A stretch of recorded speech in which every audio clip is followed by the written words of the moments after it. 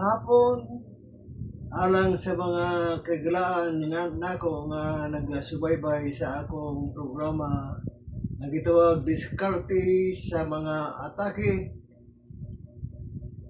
Subulan ko makagalaan nga medyo nakahunong ko sa pipila ka mga panahon tungod sa mga sirkumstansya. Apan karon ang Ginoo naghatag gyapon og mga paagi nga makapadayon ang atong programa. Og sa dili pa kita makaigsunan adto ni dako nga suhito akong gihangyo nga magampo na kita. Amo ginakalipay Ginoo sa pagpasalamat kanimo nga ikaw gyapon naghatag og panahon din makapadayon kini nga mga programa makatabang sa amo nga mga kaigalaan o mga kaigsunan. Manaon ta kini sila sa mayong panglawas sila nga nagapaminaw niini o ginaot unta nga imong kaalam ihatag nimo kanamo amo kini dawaton sa ngalan sa Amahan sa Anak ug sa Espiritu Santo. Karon makaigalaan kung kamo naaman sa layo nga dapit ako kamo pasalamatan nga nagapadayon kamo sa pagpaminaw nining atong programa nga gitawag diskarte sa mga atake. Sa daghanang mga suhito nga akong ginapresentar kaninyo na ikaw kamo gyapon nagapadayon sa pagpaminaw inyo kini maadto makaigsunan makita ninyo sa YouTube channel nako sa Romy Mungaya Sirano. Tanaw lamang ninyo dito sa YouTube. Kay ito ay daghan nga mga topiko nga akong na-deliver makaigsunan alang sa ato nga mga nagkalain-lain nga mga suhito. Karon mga kaigalaan, ang ato naman nga suhito nga ipahat ko kaninyo dayon diri we want to see Jesus. We want to see Jesus. Ato kini masaysay kung kinsa nagaingon niini o kanus kini gisulti o unsa ang mga sitwasyon ni anang panahon na ngano nga ang mga tao na yon we want to see Jesus. Ato may balaan makagalaan nga sa dinhi pa si Kristo nagkalain-lain ang pagtuo sa mga tao may tungod kang Kristo. Kining teksto nga ato mabasa sa Juan 12 versikulo 20 ug 21 nayon diri we want to see Jesus. Ang background ni ini nga teksto makaigsunan inyo kini mabasa sa tibuok nga kapitulo nga nagahisgot kini may tungod sa Passover nga ilang ginaselebrate. Pan sa unom ka mga adlaw sa wala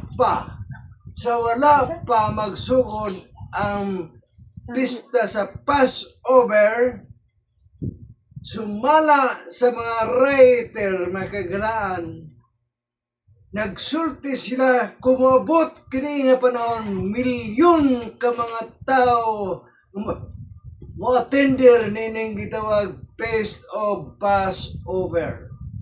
Sa isa lamang katuig may tabo ni og kumabot kini milyon ka mga tao sa nagkalain-lain nga madapit mutambong gyud kini sila nining gitawag Feast of Passover. Og nagkalain-lain nga mga tao ang hintambo makaigsunan niini. O kasagaran ang naga-celebrate niini mao ang mga Hudiyo. Ang mga Hudiyo nga nagabantay usab sa mga purong sa balaan kasulatan.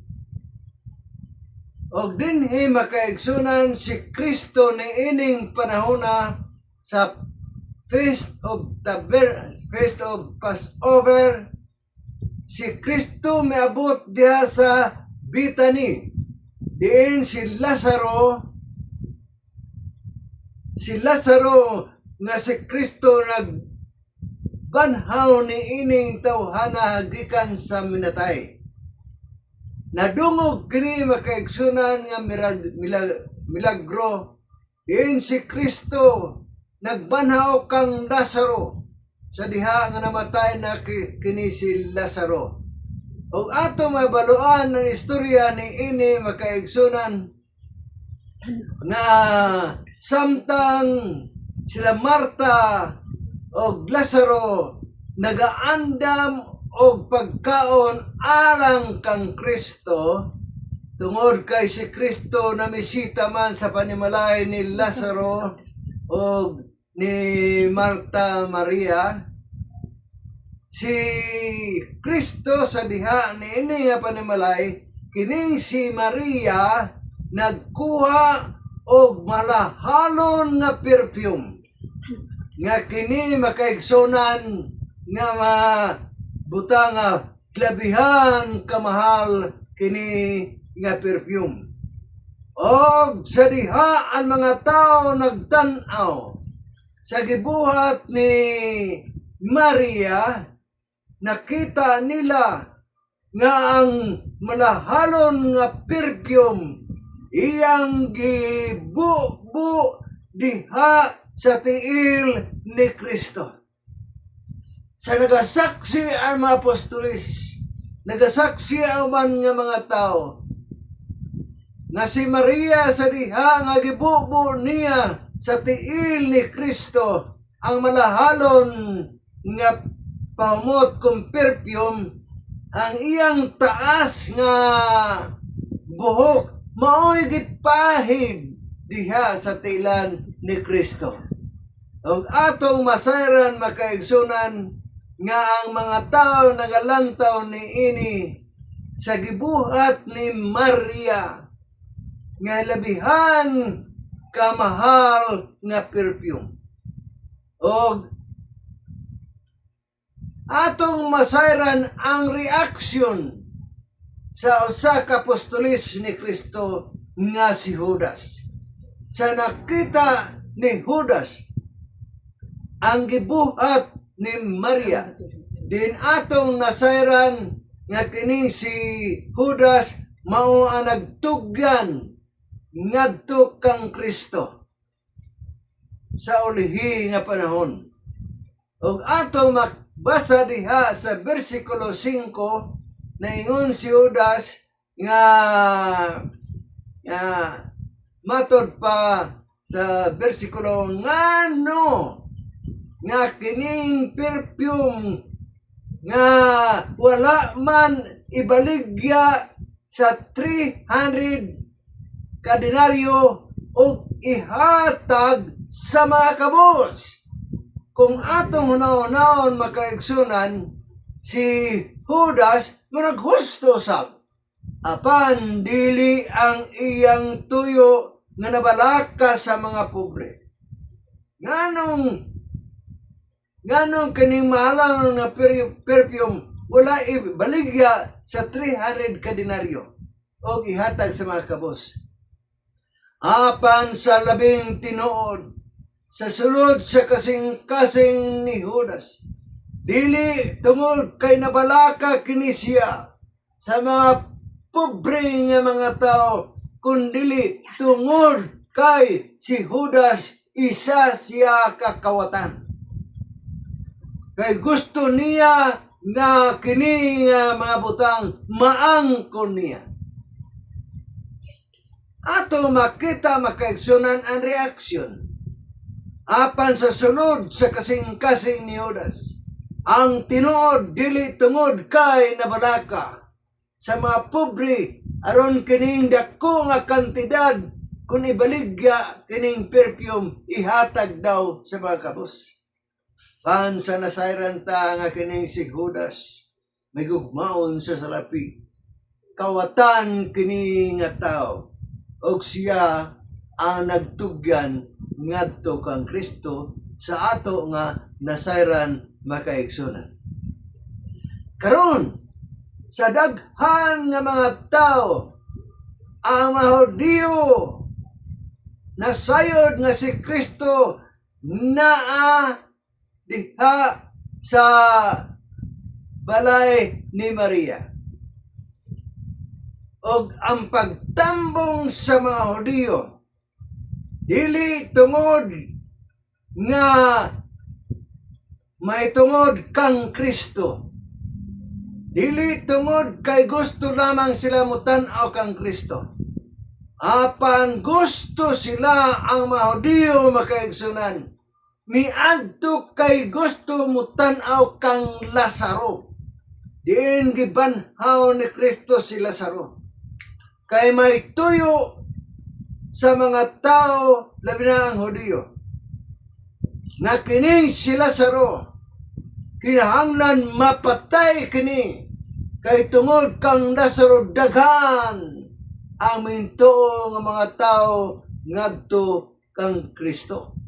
Hinungdan tungod sa milagro.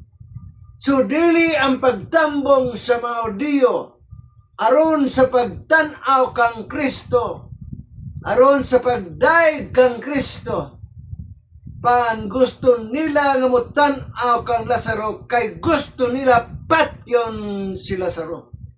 Para walay mga tao nga makonvertir, mahibalo sa milagro ni Kristo. Og ato mahibalaan makaigsunan nga ang ilang pagtambong nagkalain-lain ang mga klase ng mga tao. Ang uban hingtambong kay gusto gyud mo tan-aw kanang gitawag si Kristo kay nabantog man sa tibuok nga kalibutan nga kining si Kristo nagahimo ang mga milagro. Apan sa mga milagro nga gihimo ni Kristo, wala malipay ang mga Hudiyo, kundili nangitag paagi nga mamatay kini sa Lazaro para dili mo sibya ang balita sa milagro nga gihatag gihimo ni Kristo. Lain-lain ang ilang pagtuo sa pagtambong ni anang Feast of Passover. Atong mahibaloan makaigsunan nga niinim panahon na si Kristo miabot diha, og sumala sa bersikulo 12, sa sunod nga adlaw daghan nga mga tao nga nagtambong tungod kay nakabati kini sila na si Kristo moadto na sa Jerusalem. So, ang ilang una-huna nga madelikado na ang ilang kahimtang kung kini si Kristo mahimo na nga hari. Kay moadto naman kini si Kristo sa Jerusalem. O karon ang mga apostolis sa kumo ka wala kaayo makasabot sa gihimo ni Kristo kung ngano nga moadto kini si Kristo sa Jerusalem. Wala makasabot ang mga apostolis. Ang uban nga mga tao nagauna na koronahan na kini si Kristo ingon nga hari sa Israel aron mo puli sa panggobyerno sa Roma. Maok kana ang ilang hunahuna nga ining si Kristo muadto na sa Jerusalem aron koronahan og mahimong hari. Maok kana ang pagtuo sa mga katawan bisan pa ang mga apostolis. Panahon na kini nga islan ang panggobyerno sa Roma tungod kay kini si Kristo mahimo na kini nga hari. Mao kana ang ilang pagtuo makaigsunan. Kay bisan pa ang apostolis, wala gihapon kini sila makasabot. So nagtuo sila makaigsunan sa diha nga nagsakay na si Kristo sa asno padulong ngadto sa Jerusalem.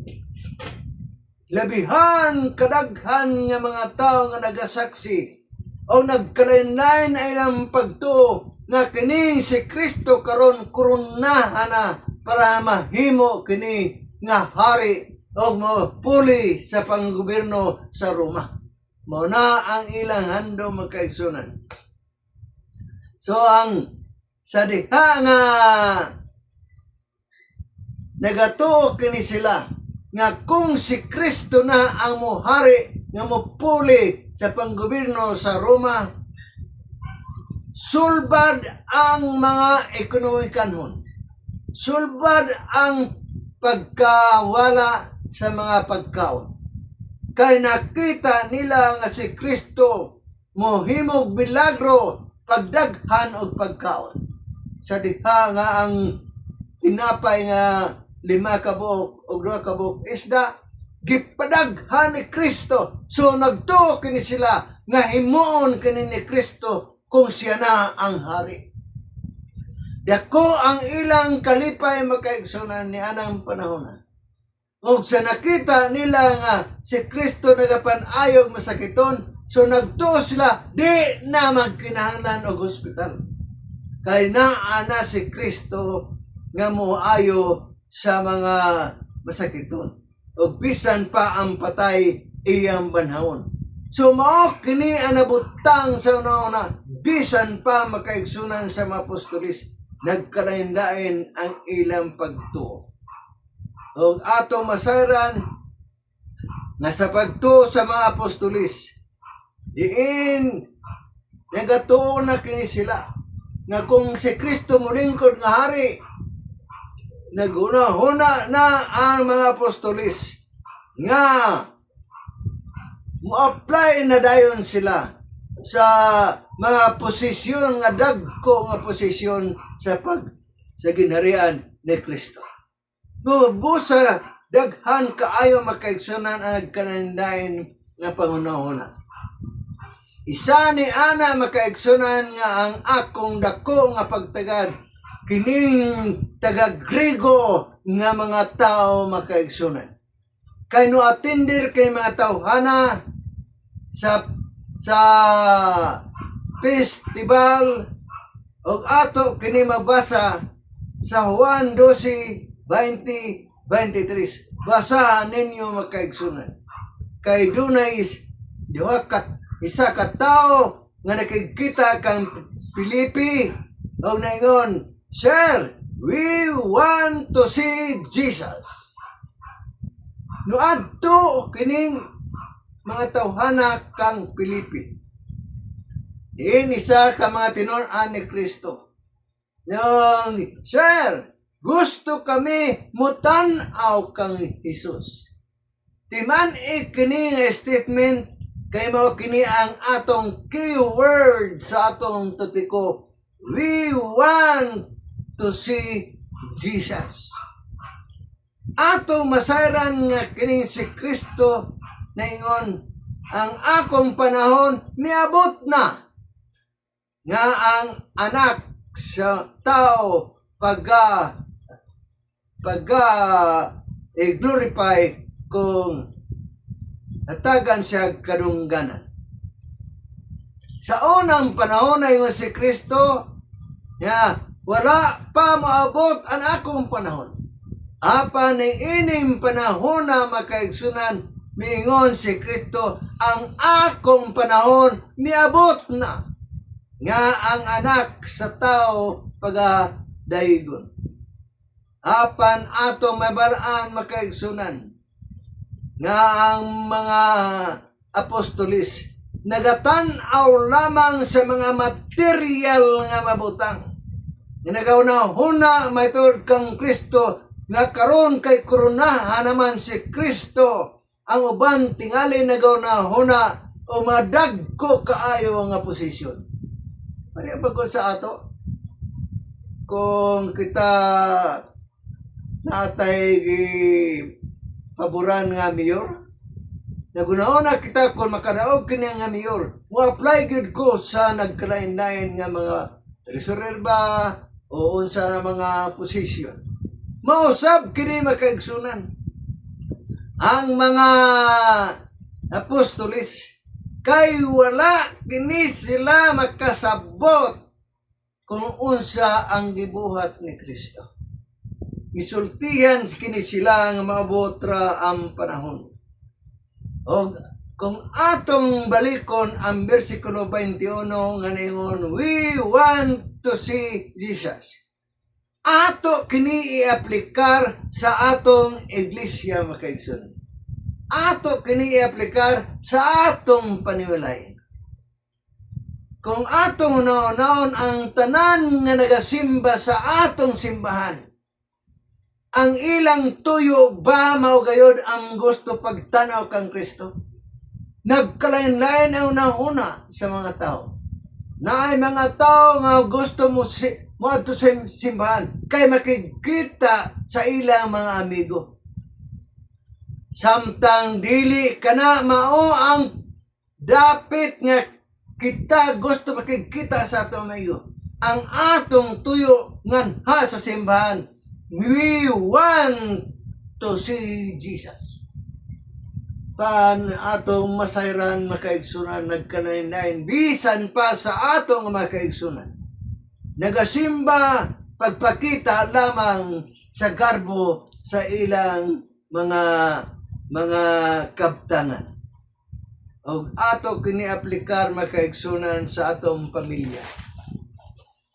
Sa atong pamilya, makita ba si Kristo sa atong panimalay?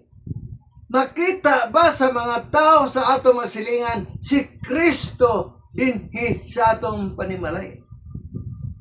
Sa ato mga pantrabaho, makita ba si Kristo sa inyong pagtrabaho sa nagkalain-lain nga trabaho? Makita ba kaha si Kristo?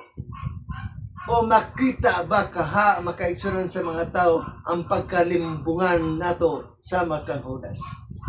Kita ang mutubag ni anang panahon. Kay ang mga tao gusto mo tanaw kung ikaw ba tinuod nga Kristohano. Kung naabagayod si Kristo sa imong mga negosyo, mangutana kita, makita ba si Kristo sa atong mga negosyo? Kamo ang mutubag ni ana makaigsunan. Kay nasayod kita, nga kita nasayod kung unsay gibuhat sa atong pangnegosyo. Makita ba ang tinuod nga Kristo diha sa inyong negosyo? O sa mga tao nga gusto mo tan-aw kanato makaigsunan, kung tinuod ba gayud kita nga Kristohano, pantingali ang mga tao pagtanaw, dili si Kristo ang nakita sa atong kinabuhi. Muni ang pangutana sa mga tao makaigsunan, kung si Kristo makita ba sulod sa atong kinabuhi? Sa atong masayran, ang ngano na si Kristo dili usay makita sa atong kinabuhi. Ngano nga si Kristo dili makita sa mga tao diha sa atong panimalay. Ang katarungan makaigsunan kinaingon matud pa ni Pablo nga kinahanan kita, we did not die daily. Ingon ni Kristo, wala kita mapatay kada adlaw. Kay nagsulti si Kristo, dili na ako ang nabuhi sa sulod nako, kundili si Kristo. sa diha gidawat ta si Kristo makaigsunan pinagi sa santos nga bautismo, gilubong na nato ang atong karaan nga binuhatan. Gilubong na nato ang karaan natong kinabuhi o pagbakod nato sa santos nga bautismo. Dili na ikaw ang nabuhi, kundili si Kristo na ang nabuhi sa sulod nato. Apan tinuod bagayod makaigsunan nga makita ang mga tao nga ikaw nausab nga sa kanhing panahon dautan ang imong ginahimo apan sa diya ikaw nga nabautismahan maurag hapon ang kinabuhi nato makaigsunan. Wala makita si Kristo. Ang tinuod makaigsunan nga nabalhin na kita. Dili na makita nila ang atong kinabuhi nga tawhanon, kundi ang makita sa mga tao ang kinabuhi na ni Kristo. Apan ang kinaiya sa tao nga diin siya namatay ang iyang tawhanon kinabuhi, kinahanglan ikaw nga tao teachable, mudawat sa mga pagtudlo sa uban nga mga kaigsunan.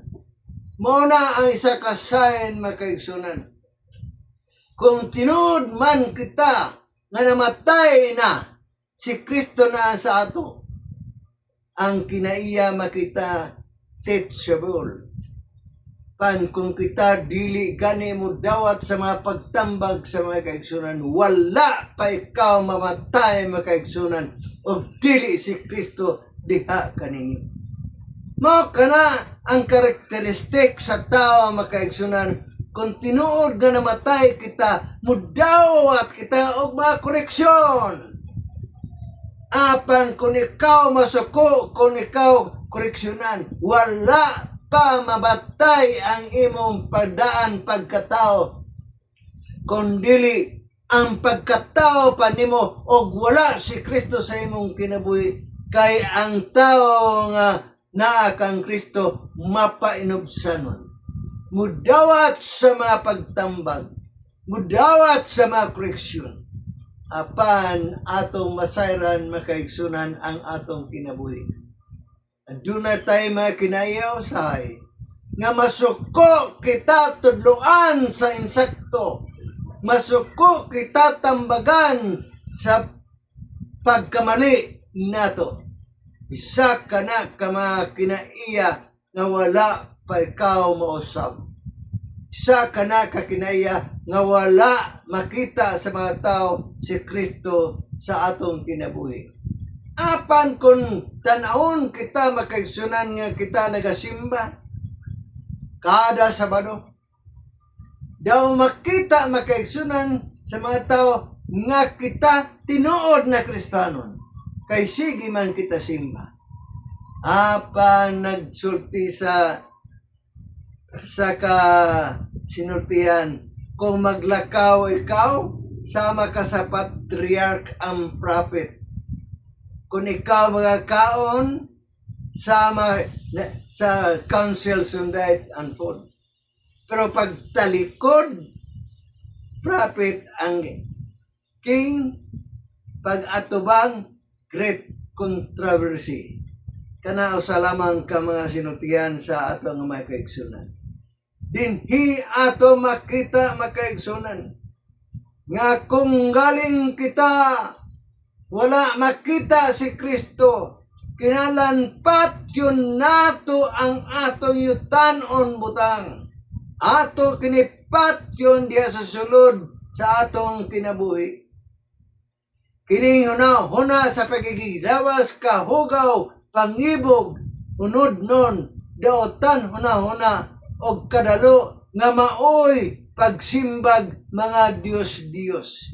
Matod pa sa Colosas 3:5. Kinahanglan pat yun ang atong daan nga pagkatao. Para ang mga tao makakita na si Kristo na sa sulod nato. Nag-ingon si San Pablo, kung galing gibanhaw man kamo uban kang Kristo. Sa ato pa kanang nabautismo na ba? Nan pangitaan ninyo ang mabutang ana sa taas. Diin ana kang Kristo nagalingkod sa tuo sa Dios.